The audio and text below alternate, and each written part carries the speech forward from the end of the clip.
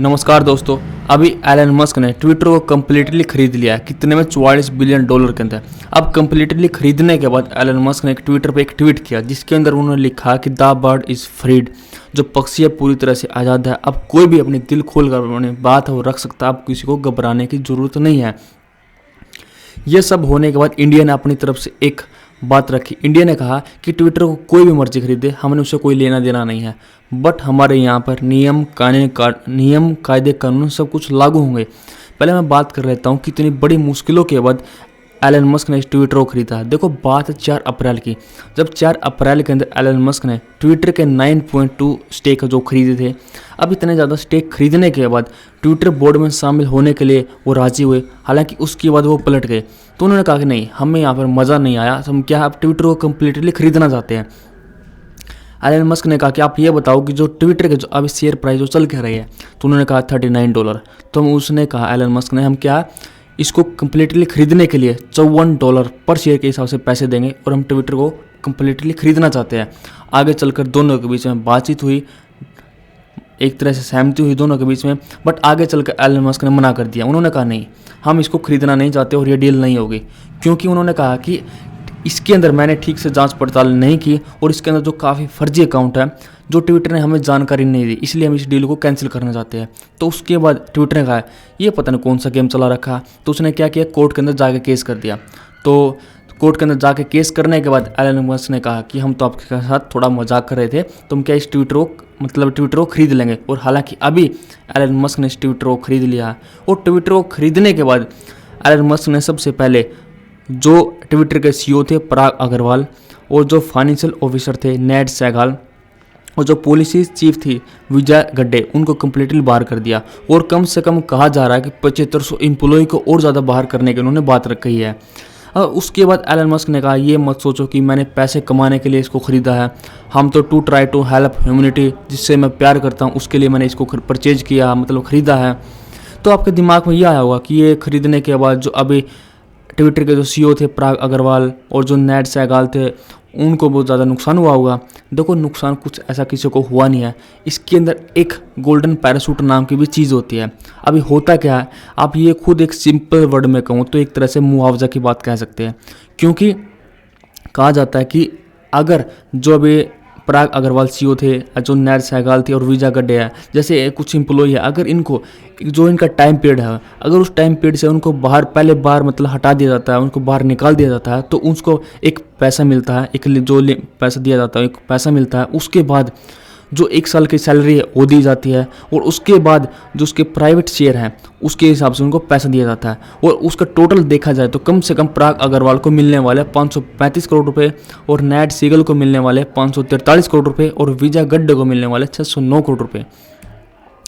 अब उसके बाद इंडिया ने बात कही और अभी यूरोप ने बात कही। यूरोप ने कहा कि हालांकि एलन मस्क ने जो अपनी तरफ से इस पक्षी को उड़ा दिया, इस बर्ड को उड़ा दिया, बट ये बर्ड हमारे यहाँ पर हमारे जो रूल के हिसाब से उड़ेगा, हमारे यहाँ पर जो मतलब नियम है, कानून कायदे है, उसके हिसाब से उड़ेगा।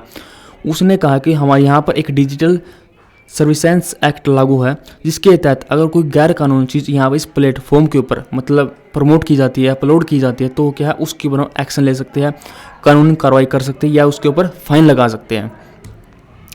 तब उसके बाद डोनाल्ड ट्रंप ने बात कही। डोनाल्ड ट्रंप ने कहा कि हम बहुत खुश हैं, अब ये सुरक्षित हाथों में जो ट्विटर है वो चला गया है।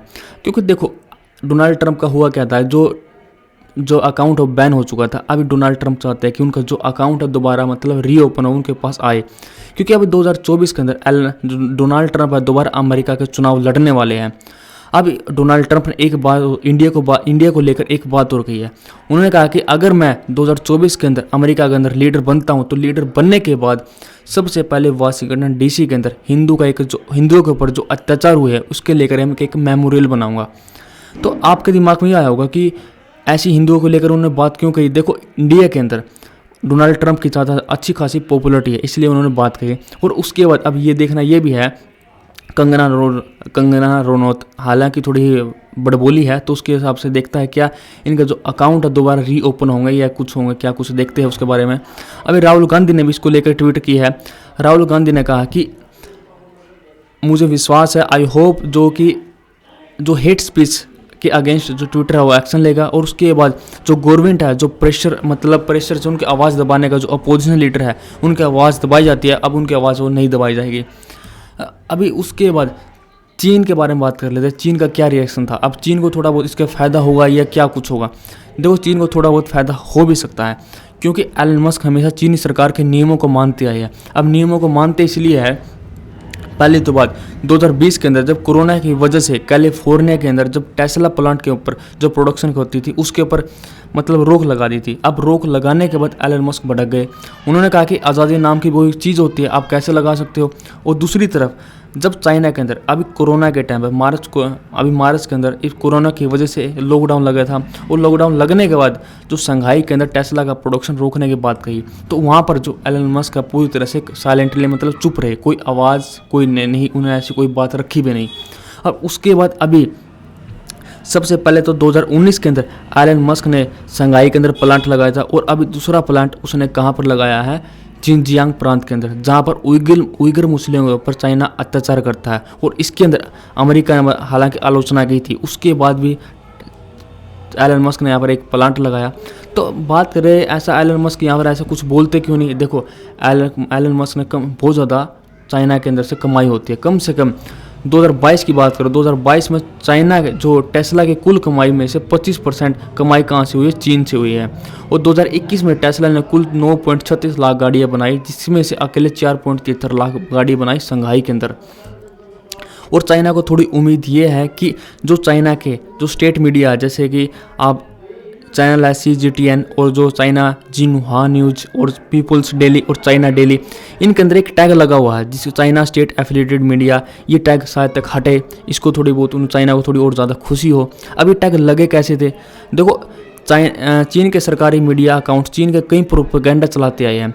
और 2019 की ये बात है, जब 2019 में हांगकांग में हुए विरोध प्रदर्शनों के खिलाफ लिखे गए आर्टिकल्स को प्रमोट करने के लिए ट्विटर पर पेड ऐड चलाए थे। अब पेड ऐड चलने के लिए ट्विटर ने क्या किया, उनके ऊपर स्टॉक एक्शन लिया। एक्शन लगाने के बाद क्या, एक तरह से टैग लगा दिया था। अब टैग लगाने के बाद हुआ ये क्या कि जो उनके 20% कम से कम रीच में गिरावट आई थी, और उनको एक नज़र से मतलब उनको उस नज़र से देखा भी नहीं गया। अब चाइना यही चाहता है कि जो हमारा ये टैग लगा हुआ है, ये लेबल लगा हुआ है, शायद तक इस लेबल हटे। अब देखते हैं क्या कुछ होगा, किसके अकाउंट दोबारा ओपन होते हैं, मतलब उनके पास मिलते हैं, या क्या कुछ होगा।